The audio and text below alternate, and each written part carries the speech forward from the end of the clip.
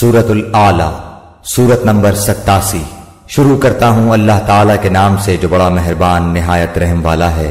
اپنے بہت ہی بلند اللہ کے نام کی پاکیزگی بیان کر، جس نے پیدا کیا اور صحیح سالم بنایا، اور جس نے ٹھیک ٹھاک اندازہ کیا اور پھر راہ دکھائی، اور جس نے تازہ گھاس پیدا کی، پھر اس نے اس کو سکھا کر سیاہ کوڑا کر دیا۔ ہم تجھے پڑھائیں گے پھر تو نہ بھولے گا، مگر جو کچھ اللہ چاہے وہ ظاہر اور پوشیدہ کو جانتا ہے۔ ہم آپ کے لیے آسانی پیدا کر دیں گے، تو آپ نصیحت کرتے رہیں اگر نصیحت کچھ فائدہ دے۔ ڈرنے والا تو نصیحت لے گا، ہاں بدبخت اس سے گریز کرے گا جو بڑی آگ میں جائے گا، جہاں پھر نہ وہ مرے گا نہ جیے گا، بلکہ حالت نزا میں پڑا رہے گا۔ بے شک اس نے فلاح پالی جو پاک ہو گیا، اور جس نے اپنے رب کا نام یاد رکھا اور نماز پڑھتا رہا۔ لیکن تم تو دنیا کی زندگی کو ترجیح دیتے ہو، اور آخرت بہت بہتر اور بہت بقا والی ہے۔ یہ باتیں پہلی کتابوں میں بھی ہیں، یعنی ابراہیم اور موسیٰ کی کتابوں میں۔ سورۃ الغاشیہ، سورت نمبر 88۔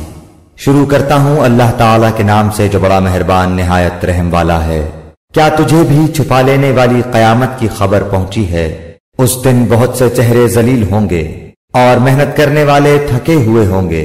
وہ دہتی ہوئی آگ میں جائیں گے، اور نہایت گرم چشمے کا پانی ان کو پلایا جائے گا۔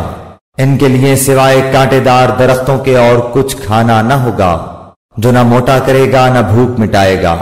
بہت سے چہرے اس دن تر و تازہ اور آسودہ حال ہوں گے، اپنی کوشش پر خوش ہوں گے۔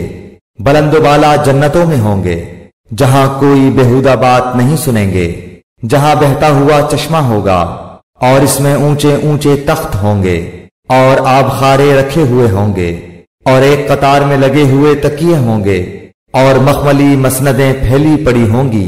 کیا یہ اونٹوں کو نہیں دیکھتے کہ وہ کس طرح پیدا کیے گئے ہیں، اور آسمان کو کہ کس طرح اونچا کیا گیا ہے، اور پہاڑوں کی طرف کہ کس طرح گاڑ دیے گئے ہیں، اور زمین کی طرف کہ کس طرح بچھائی گئی ہے۔ بس آپ نصیحت کر دیا کریں، کیونکہ آپ صرف نصیحت کرنے والے ہیں، آپ کچھ ان پر داروغہ نہیں ہیں۔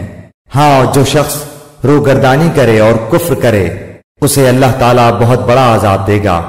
بے شک ہماری طرف ان کا لوٹنا ہے، پھر بے شک ہمارے ذمہ ہے ان سے حساب لینا۔